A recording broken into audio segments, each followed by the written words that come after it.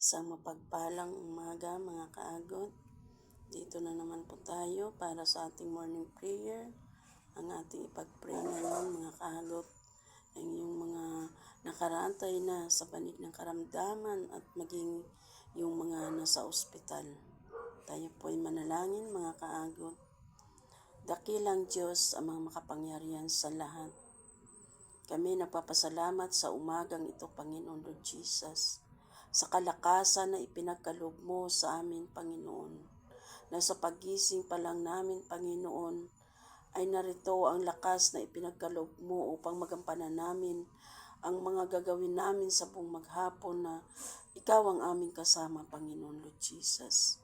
Muli, Ama, dinadalangin ko sa oras na ito ang may mga sakit at karamdaman maging sa mga ospital, Panginoon Lord God, at sa kanilang mga tahanan.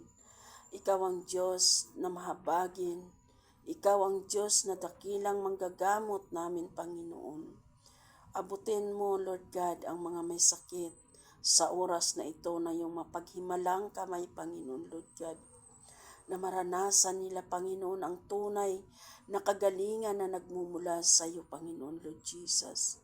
Lalo na, Lord God, sa mga walang kakayanan, Panginoon, upang maipagamot ang kanilang mga nararamdaman, Panginoon Lord Jesus. Patuloy mo silang abutin, O Diyos, na magtiwala sila sa iyo, Panginoon. Maniwala sila sa iyo, Panginoon, dahil na ikaw ang himala sa kanilang buhay, Panginoon Lord Jesus. At patuloy mo, Lord God, gamitin bilang instrumento mo, Panginoon, ang mga doktor na nasa ospital, Lord God, upang magamot ang mga may mga sakit, Panginoon Lord Jesus. Tulungan mo sila, Panginoon, na mabuksan ang kanilang kaisipan about spiritual, Panginoon Lord Jesus. Maging ang kanilang puso at isip, Panginoon Lord God, ay patuloy na umasa, manalig manampalataya sa iyo, Panginoon, at mabuksan ang kanilang puso at isip na ikaw ang Diyos na dakilang manggagamot ng kanilang mga karamdaman, Panginoon Lord God. Patuloy ko rin, O God, ipinudulog sa iyo, Panginoon, ang mga mahal namin sa buhay, O God, na mayroong karamdaman, Panginoon Lord Jesus. Patuloy mong abutin at punuan, O God, ang mga financial na kanilang mga pangangailangan na magamit nila, Lord God, sa kanilang pagpapagamot.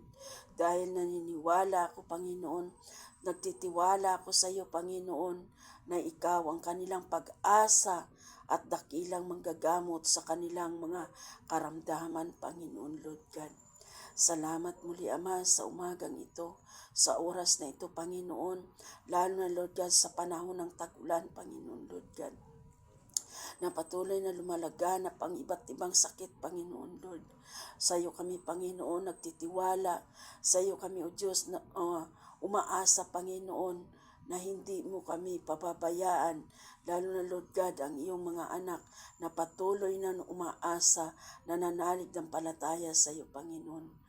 Lord, I pray, Panginoon Lord Jesus, ang lahat ng may mga sakit at karamdaman, sa ospital man sila, Panginoon, o kahit saan man silang dako ng at sulok ng bansang Pilipinas, Panginoon, ay abutin mo, O Diyos, na iyong mapaghimalang kamay, Panginoon Lord, ang kanilang mga nararamdaman, Panginoon, at mapawi, O God, ang sakit na kanilang nararamdaman at mapalitan na kaginhawaan at magtiwala sa iyo na ikaw ang Diyos na dakilang manggagamot at nagpapagaling sa lahat ng may mga sakit at karamdaman, Panginoon.